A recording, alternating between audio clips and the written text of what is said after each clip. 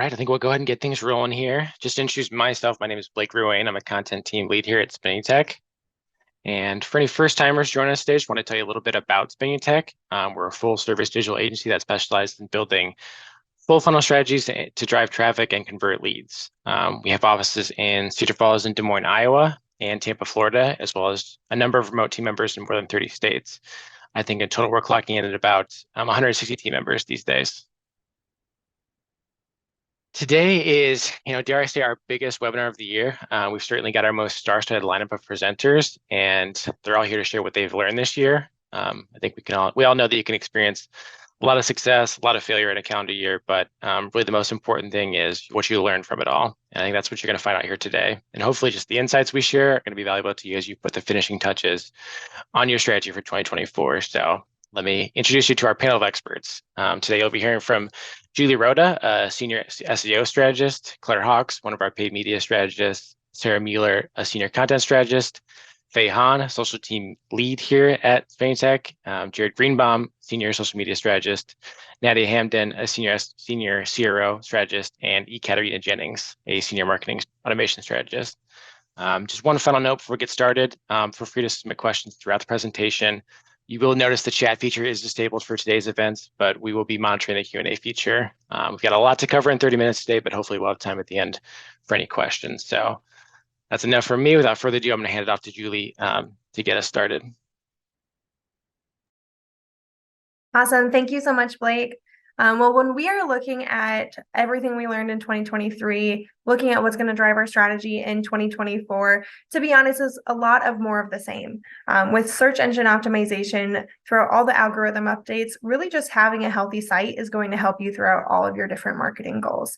And it's creating helpful content, it's having a good site, and utilizing all the different channels. And so when it comes to creating helpful content, we're really looking at utilizing seasonality audits. And this is one of our tools that helps us create helpful content by matching what the users are searching, what search volume looks like throughout the different seasons. And so we're looking at search volume, and we're really working with our clients to figure out, hey, when is it a high season for some of these various topics? And then to make sure that the content has time to be crawled and indexed and understood by search engines, we're publishing that anywhere from 30 to 90 days before the high season, just to make sure that that content is there and people can really find that. And so with SEO, it's not just about creating a ton of content. And Google has done a lot of different algorithm updates in 2023 to reduce spam and to really place an emphasis on helpful content. And so we're working with the content team to make sure that we're creating content that's truly relevant to its users. And so that's a huge thing that's going to help you and your SEO goals in 2024. Another thing, again, more of the same, is just basic technical SEO. It's really important to make sure that we have a clean site for our users. And personally, technical SEO is one of my favorite aspects of SEO. We like to call it a silent growth mechanism here at Spinutech, because it may not change like the outward appearance or the words on the page, but it's really speaking volumes to search engines. And it's important that we're able to speak to both the users, but also the bots. And we really think it's important to invest into your technical health and make sure we're following all the different best practices, making sure we're having all of these different tactics here. That's going to give you a real shot at performing well. Another thing that's been really big with technical SEO that's come onto the scene the last couple of years is core web vitals. And it's really important to make sure that we're meeting those requirements. It's going to be a real competitive advantage if you are, because when we look, experts are saying it kind of varies on the amount of sites that are truly passing core web vitals, but it's anywhere from 13 to 40% of websites passing. So if you're passing, then that's going to give you that great competitive advantage. And so those are things that we're looking at. And we're working with our design team when we're creating new websites or when we're coming up with projects to make sure that we're making sites that look great, but that they can also perform. That's going to be really important in 2024. And finally, one of the things I really appreciate at Spinutech is we have the ability to work with all the different channels. And we're really embracing the importance of cross-channel collaboration to help get better performance. We can work with paid, we can work with content and CRO and social to really make sure that to make sure that our clients are getting the best performance that they can. And we're looking to make sure we're capturing the right audience, capturing, the right keywords with the right intent and the right content type. And, maybe you're appearing high funnel, but you need help appearing low funnel. Well, let's talk about with some of these other channels to make sure we can actually get that. Maybe you can rank organically for one keyword group, but you can't for another one. Great, let's work with paid. Maybe you have traffic and you have people coming to your website, but you're struggling with conversion. Then let's talk with our CRO strategist. And you're going to get to hear from each of these different channels today. So with that, I'm going to pass it off to Claire with the paid team. Thanks, Julie. From a paid media perspective, one of the biggest game changers for the new year is understanding Google's update to broad keyword match within their advertising platform and how to employ this update for the sake of successful paid search campaigns. In previous years, setting keywords to broad match was an absolute no-go. When I did set my paid search keywords to broad, it would open the floodgates to trigger my ads for queries that were irrelevant, random, and essentially a waste of money. So earlier this year, when Google reps started heavily encouraging strategists to change all of our keywords to broad match, I was wary to say the least. But that was until I learned that these significant changes to broad don't focus on syntax. They actually, and for the first time ever, Google has completely revamped this keyword match type to operate based on smart AI signals to ensure relevance and user intent.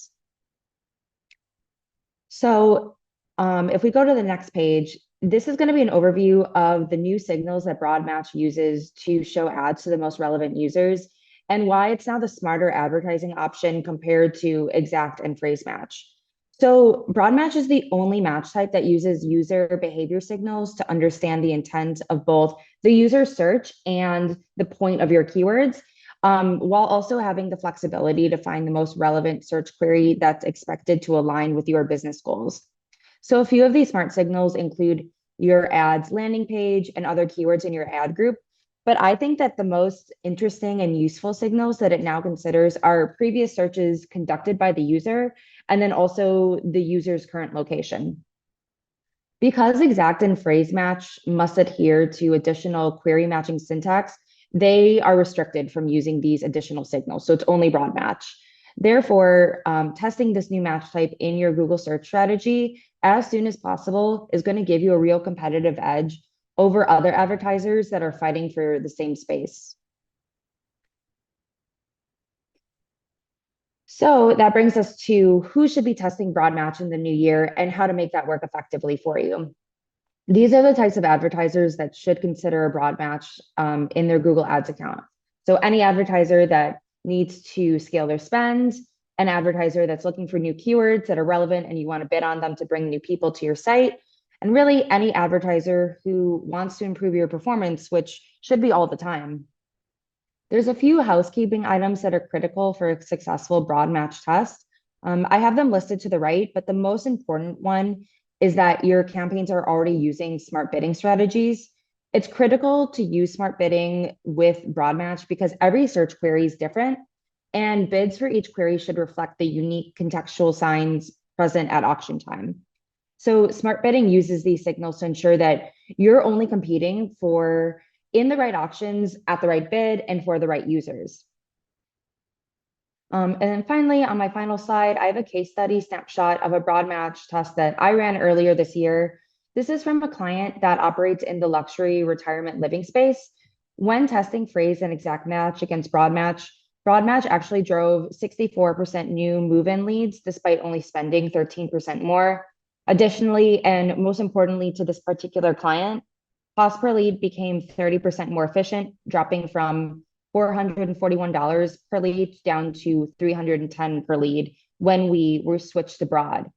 So if you take anything away from everything that I just covered, it's that I can't recommend testing broad match enough in 2024. It's the only match type that takes extra data into consideration. And the sooner you adopt a smart bidding strategy in tandem with a broad match keyword strategy, the sooner you're likely to experience success in paid search. So now I'll hand it off to Sarah and she'll take you through some content trends that we'll see next year. Thanks, Claire. So 2023 was a really exciting year for content. The first trend that we're seeing kind of building in anticipation of 2024 is branding. Now, branding is not a new trend. That is not something that's coming out of nowhere, but the trend that we're seeing is a renewed focus on consistency and utilizing content across all channels to really build that brand consistency. So your brand right now is just so much more than a visual identity. Yes, your brand is your logo. Yes, your brand is your colors.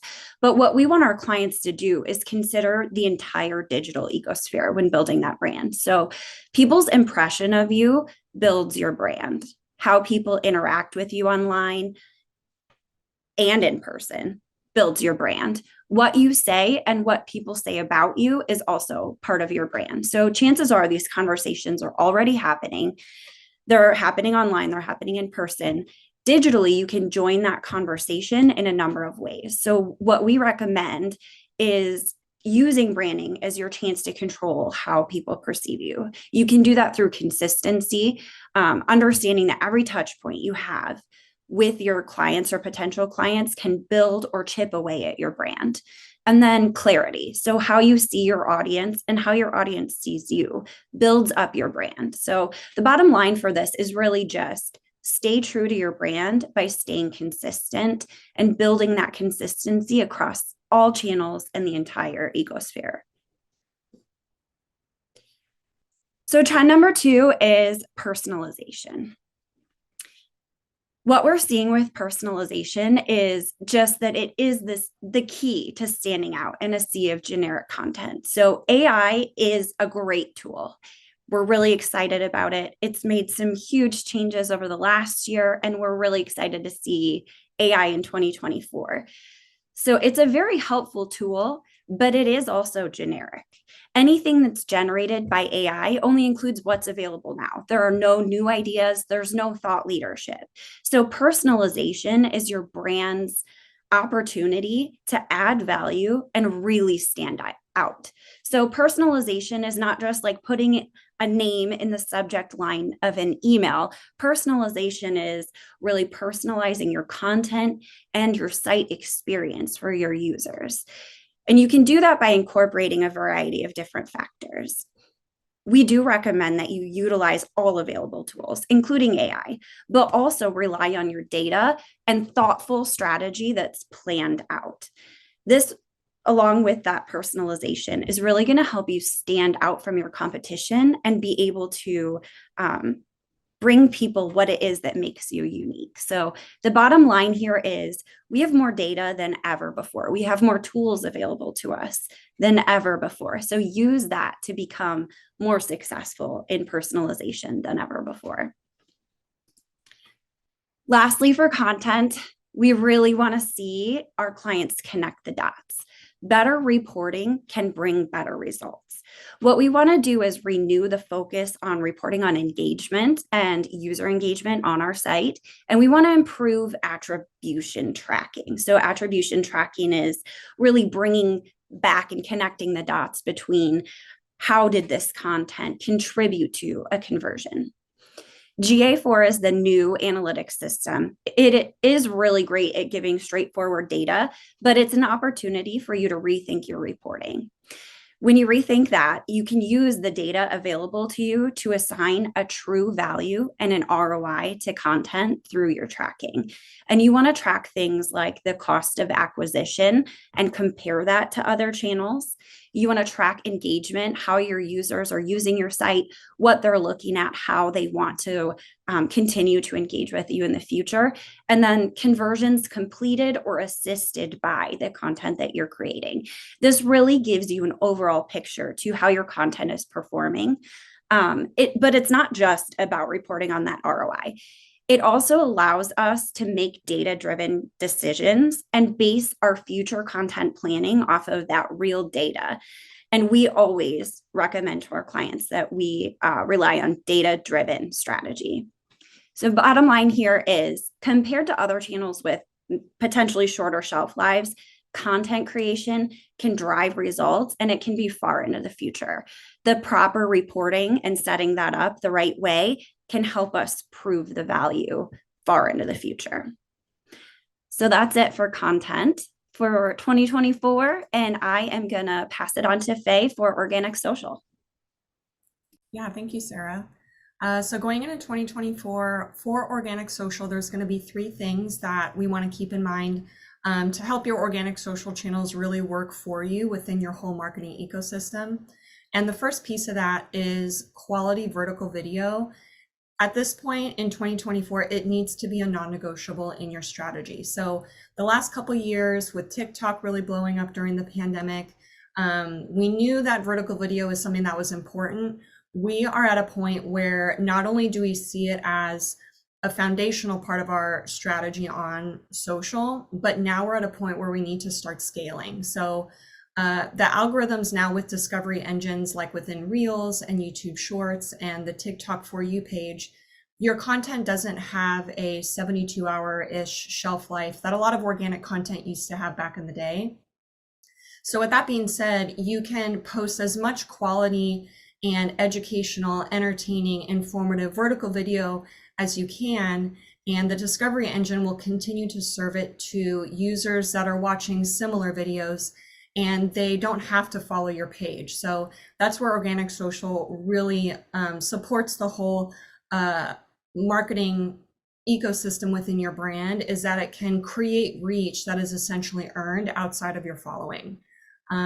So one quick case study here, the videos that you see here, we focused on a higher education client, and we executed these organic social videos on Instagram and on TikTok and Facebook. These were our top performers. And when we started testing them within our paid social ads, we saw lead generation volume quadruple quarter over quarter once we optimized to these more authentic vertical videos, really showing an experience firsthand. Jared's going to talk a little bit about paid in the next section, but this is really where organic social can live as your creative testing ground for your paid social ads. So the more you can scale this video production going into 2024, the more you can create video that's going to help your business overall. Going into the next slide. So now that you're creating a lot of scalable content, vertical video that's very authentic and drawing in an audience that maybe hasn't heard of your brand yet, getting really in depth and cultivating that community is more important than ever. And community management is something that we see a lot of brands leave a lot of opportunity on the table because they only see community management as something where they're being reactive. So they're reacting to comments, reacting to DMs, maybe seeing it as some customer service opportunity in that private message space, and then they're essentially walking away from it. Whereas if you're serving a lot of your vertical video to people who don't follow your brand yet, they may not know who you are, there's so much opportunity there for you to take that social listening data and really start analyzing, what does your target audience resonate with? What kind of videos are they leaving comments on? What are they saying in those comments? Who are the key influencers in your industry that your target audience is really drawn to? So just a couple points there on community management going into 2024. It's going to be all about that proactive approach within that strong niche that you're creating with your vertical video. And then lastly, for 2024 for organic social, leaning into AI as an extension of your organic social strategy. So if you're not leaning into AI yet, you are behind. And so AI should really be something that you see as a support system for your processes to help find those efficiencies within some of those tasks that can really eat up our time. So then that really frees up more opportunity for our strategists to focus on optimizations and really leveling up the creative, because now we can make more creative faster. What we see a lot is a lot of asset libraries for different brands have like webinars, they have podcast episodes, maybe the C-suite is doing interviews that are being filmed. So there's these huge libraries of tons of footage. And we all know it takes a lot of time to go through that footage and find the best sound bites for those vertical video pieces on your different channels. So let an AI tool do that for you, and then let your time be used actually analyzing the performance of that creative, testing and scaling until you find the best optimizations and creative that work for your audience. So just a couple notes there on AI production and how it can really help you level up and test on your organic social channels to draw in those new audiences. And I will pass it over to Jared, who will talk about paid social. Thanks, Faye. So a few slides here about what we learned in 2023 and some tactics that we're definitely going to continue into 2024 regarding paid social media advertising. The first is to keep it broad and let your creative do the targeting. If you're on the webinar and you're a Facebook marketer, you'll remember the days where you would build 50 audiences, each one with one interest or one lookalike audience, and you would try to see which one did slightly better than the other and scale from there. And we're really going in the opposite direction now. So we recommend keeping those audiences and ad sets condensed. Usually we're just running one big interest audience and one big lookalike audience with a couple different lookalikes in it. And we're letting Facebook do the heavy lifting there. And I apologize that I'm using Facebook. I'm still used to it. I know it's Meta now, but we'll just use Facebook here because that's what we're used to. And then you also want to make sure you have multiple creative options for each one of those audiences. You can certainly use more depending on your ad spend or how large your audiences are. Definitely make sure you have at least 3 to 5 in there, mixing in statics, videos, carousels, all the normal creatives that you would be running. Again, the more that you can give Facebook to work with, the more successful that you're going to be. The bigger the audience, the more creatives, etc. And then lastly, in the screenshot here that we're looking at is to utilize dynamic advertising copy if you aren't already. For any particular ad, you're able to provide up to 5 different options for both the primary text copy and the headlines. And then Meta will actually mix and match your variations and serve an individual combination to each customer, knowing what they know about that customer, what they most likely will respond to. You've had AI referred to a few times on this call already. This is certainly a situation where you could use one of those tools to help you write out multiple copy options if you're having some writer's block. Next tip is that Advantage Plus is a must. So this is a tool that rolled out a little bit over a year ago, originally created for e-commerce brands or brands that have an e-commerce arm that drive purchase conversions. And this is certainly something that you're going to want to have in your 2024 marketing plan as an evergreen, always on campaign. This is a pretty unique unique setup in a couple different ways. One, and probably the biggest, is that it actually has its own algorithm utilizing post iOS 14 data. So it feels like so long ago now that all those changes happened, but this is actually, again, its own algorithm that has kind of fresher, newer, more robust data. And this is a campaign that we actually see outperform our regular purchase campaigns that we've always been running for any particular brand. In its setup, it's actually broad. You don't choose any lookalikes or interests, so it's unique in that sense. And you can actually add up to 150 different ad options in there. So where the normal advertising campaign may be recommended to have 3 to 5, you can add up to 150. This is, again, kind of going with the trend that we're seeing on a lot of these platforms, that the more you give the platform to work with, the more ads you give, the more targeting, the larger audience you give, the more successful you'll be able to be. And we will say to get comfortable with the Advantage Plus setup now, because although it's only for e-commerce brands purchase conversions at the moment, we're actually in a test right now with Meta for lead generation. So this tool is certainly going to expand just beyond the purchase objective. And a quick look at the left here for an e-commerce client with Advantage Plus, we saw a 10% drop in CPA and a 20% increase in return on ad spend when comparing it to the regular purchase campaign that was also running at the same time. And the last tip I have for you here is to use TikTok for conversions. I know I personally use TikTok to find new recipes, keep up on the latest trends. Marketers can actually use TikTok to drive meaningful business conversions like purchases and lead generation. So we're seeing that less advertisers are on TikTok right now. So you're going to find yourself getting cheaper CPMs and likely CPAs than you would be on similar platforms where those campaigns may also be running, like Meta, LinkedIn, etc. If you're new to TikTok advertising, and that's one of the reasons that it's holding you back, I want to tell you to not let that get in the way. Don't be nervous. The ad platform is actually extremely similar to Meta. And if you advertise there, before you'll be comfortable building an ad on TikTok. It's a very familiar feel when it comes to choosing the objective, the audience, adding the creative, etc. So definitely don't let it being new get in the way of you running something on there. And then lastly, again, back to the e-commerce businesses, if you are one on this webinar, a lot of brands are finding major success on TikTok, again, specifically for e-commerce. You've got the in-app storefront, so the TikTok shop where somebody can buy your product directly on the platform. And live shopping is actually very popular now. So we've actually kind of gone back to the days of the QVC shows and the infomercials where you're live advertising your product. So you can do a live stream promoting different things and have different bubbles pop up, and people can buy different products depending on what you're talking about at the time.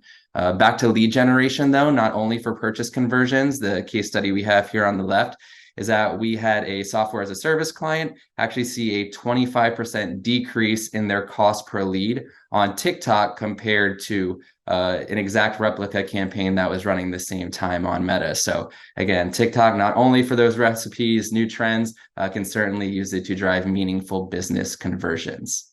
So that's it for me, and I'm going to pass it to Nadia, our CRO expert. Thank you so much, Jared. So if you're currently running a CRO testing program or are planning to jump into testing into 2024, it's time to consider stepping away from holistic only learnings. So when running a test without any segmentation parameters, the data you're looking at is a very generalized bird's eye view of the test performance. So if you take that same data and begin to break it down by more granular segments, there's a chance that the data story will begin to change. For example, we ran a test for one of our clients that saw a 33% increase in conversion rate holistically, showcasing a fantastic improvement in one of their most important KPIs. However, when we dug a little deeper and broke down the performance by device, we found that this increase in conversion rate only held true for desktop, but not for mobile. So without looking at the device-specific performance, we could have permanently implemented a test that inadvertently hurt that mobile conversion rate. So the learning from this is that we discovered on mobile, the learning that we discovered on mobile allowed us to better understand the impact of the test and helped us modify our future testing plans to better take into consideration how those test changes look on and feel on mobile devices. So not just taking into account desktop, but really looking at the mobile interface as well. So the next time you're analyzing test performance, take the opportunity to break down the data by device segment, campaign segment, or channel segment to determine if the data story proves different from the holistic performance that we're used to looking at. So as you begin to take on this new approach with your analysis in 2024, you're really going to start seeing your test learnings and your future test plans truly evolve and transform to address data aspects that you may have not considered in the past. So it's almost 2024, and I'm still seeing a plethora of businesses not having any heat map software on their main website or their paid media landing pages. So as digital marketers, one of the first things that comes to mind when we contemplate your web experience is how are your actual users interacting with your website today? Although every business has an analytics tool set up like GA4, the analysis and learnings that derive from this is purely quantitative, and it completely neglects the qualitative component of understanding exactly what's happening on your guys' websites. So heat map tools will give you direct insight into where users are clicking, where they're not clicking, how far down the page they're scrolling. Alongside that click and scroll engagement, you can watch session recordings of your user's entire session to see exactly how they're browsing your website. So this information here from the heat map tools is really invaluable and will only elevate your ability to make more informed decisions regarding how to optimize your overall website experience. Combining the qualitative data from the heat mapping tool and pairing that with the quantitative data from your analytics tool is really going to make you unstoppable in ideating those data-backed website and or landing page decisions that you're wanting to make. Some heat map tools that exist today are Microsoft Clarity, Hotjar, Lucky Orange, and Crazy Egg. So get a heat mapping tool set up on your website before the year's end and start collecting data as soon as possible so that you can leverage that as we head into Q1 of 2024. For many lead gen businesses, the primary goal is likely going to be some sort of form completion. If the majority of your leads are coming in via a form submission, why are we not having more conversations about the form itself? So many businesses in 2023 have continued to leverage a more standard stacked form UI for one or most of their forms. Although this traditional UI has been utilized for years now, we have an opportunity to reevaluate the form experience and really take it to the next level. If you have a longer form, one of the best ways to jump into optimizing your form experience is really testing out a multi-step form. So for one of our Windows endorsed clients, we tested a multi-step form against our traditional long form, allowing the entire form to be almost fully visible above the fold, and it eliminated the need for excessive scroll. So overall, this new form UI saw a 7% increase in form conversion rate, which led to an additional 100 form completions per month or 1,200 more form completions per year. So as we begin to enter 2024, really start considering a multi-step form that reduces the visual length of the form, provides a more engaging experience for your users, adapts based on a more granular segmentation, clarifies exactly what information you're needing from the user, and is mostly visible above the fold without scrolling. If you're hesitant about testing a multi-step form like right away, start off by analyzing the performance of the current form that you have with quantitative data from GA4 and qualitative data from the heat maps like we discussed earlier. This will help you identify what's working and what's not working with your current form UI. So the time to elevate your forms, guys, is right now. I'm now going to pass on the conversation to ECAT to discuss trends in marketing automation for 2024. Thanks, Nadia. One of the most important processes to make sure you're utilizing in 2024 is making sure your data is integrated from your CRM, your website, and other marketing channels into your marketing automation platform. By pulling in this data to your marketing automation platform, you'll be able to improve the customer journey by personalizing campaigns based on user actions.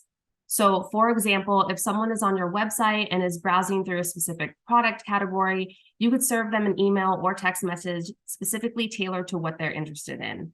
And by tracking and compiling data from your CRM, website, and even ad platforms like Meta, LinkedIn, and Google, you can make better informed decisions driven by those insights when you're strategizing your next marketing campaign. So different parts of your sales funnel are going to have different needs, and your messaging needs to reflect that. We don't want to pass potential customers on to the sales team too early, because if we do that, then they might be disqualified as a potential sale and thrown into a lost leads bucket. Top of funnel communication should stick to brand awareness and education with little to no sales contact. Middle funnel can be more focused on personalized education. So what are these prospects doing on your website or clicking in your emails, and then tailoring the content around that. And depending on the engagement level, this is where the sales team can start to connect, but not overwhelm. And then moving on to bottom of funnel, these prospects are ready to buy, and the sales team should be fully involved, with marketing offering that supplemental content to support sales. So I mentioned lost leads earlier, and we don't want to forget about them. It's important to make sure you're re-engaging your lost leads and your existing customers. You can set up a nurture campaign for re-engagement, and then if any action happens within those emails, then they're back into the active leads mix and you can start a new conversation. Or if they're engaging with your website, this is a chance to re-engage your existing customers for an up or cross-sell. And even lost leads, that's another chance to enter them into a nurture series and put some educational content in front of them. And then last but not least, you want to expand beyond email. You can complement email with SMS and chatbot. Both of these channels are highly effective and improve that customer experience. With SMS, you can reach your audience faster and see higher engagement rates. Chatbot, especially using AI alongside it, you'll be able to tailor conversations to suit the prospect or customer's needs. For e-commerce, chatbots can help website visitors with product suggestions and even help customers make a purchase. So that's another point of sale, and your conversion rates are now increasing. Not to mention with a chatbot, you have 24/7 customer support happening. These channels are simple to get set up. Almost all marketing automation platforms already have these channels integrated. So it's definitely something to take advantage of to easily improve the sales journey and increase revenue. I'm not sure if we'll have time for questions, but I will hand it back to Blake. Yeah, thanks for bringing us home, ECAT. I know we are over a time here, but there was a common theme through a couple of comments, questions that we got that I want to make sure that we address before we wrap up. A lot of questions about our social recommendations. Do those apply more to B2C or B2B? I'll leave it up to Faye and Jared. I know you both can speak to this, but yeah, I just want to talk through your recommendations. And are those exclusively B2C? Can they be applied to B2B? And what's your experience been like with those? Yeah, sure. I can start with that one. So that's a good question. And when it comes to social, I think the latest numbers are saying on average, people spend between 2 and 2.5 hours a day on social media. And that's everyone in the US. So regardless of if someone is a business owner or not a business owner, it's important to keep in mind how much time people are just spending scrolling in a feed. And that's on all different organic social channels, and the paid ads fall right in there as well. So I think it's important to keep that in mind, that you want to meet your audience where they're at as often as you can. And then from there, I would say that it's really important to test all channels. I wouldn't rule any channel out immediately. I think there are some channels where the user intent may be more about networking, or more about visual inspiration, or more about entertainment. But when it comes to organic social, there really isn't a channel that, oh, this is always the only B2B channel that any B2B industry should be on. It's more important to think, where can we meet social media users where they're at while they're scrolling, whether they're on one platform or another. And then Jared, I think you had some points on the paid social side as well. Yeah, definitely. So for the most part, the 3 tips that I had in the paid social media section apply both for B2C and B2B. We have clients, again, in the e-commerce space that are going for purchase conversions. But then we also have clients, again, in the software as a service space, whose primary objective is to drive leads from other business owners, obviously trying to get them to use their software. So we utilize the tips that I had on the slides for both of those industries. And again, it's really just keeping it broad, letting the creative do the targeting, making sure you have multiple pieces of creative. Those tips apply for both B2C and B2B, and both for Meta and TikTok. And we're running lead generation on TikTok. We're running purchases on TikTok. We're running lead generation and purchases on Meta as well. So the tips definitely apply for both B2B and B2C. Awesome. Thanks so much, Jared and Faye. I appreciate you guys clarifying that and addressing that. I know we covered a lot today. If you've got a question that we didn't get to, if you think of something later, please shoot us a note. The email address is on the screen here. Before we close up shop, I just want to say thank you to our presenters today, and thank you to everyone who took the time out of their schedule to join us. I know we went obviously a little bit over our 30 minutes, so I appreciate everyone sticking it out with us. This was our last webinar of 2023, but rest assured, we'll be back in 2024 with a webinar in January. And because you attended today's webinar, we'll email you directly with an invitation to the next one. So thanks again for joining us, and we'll see you next time.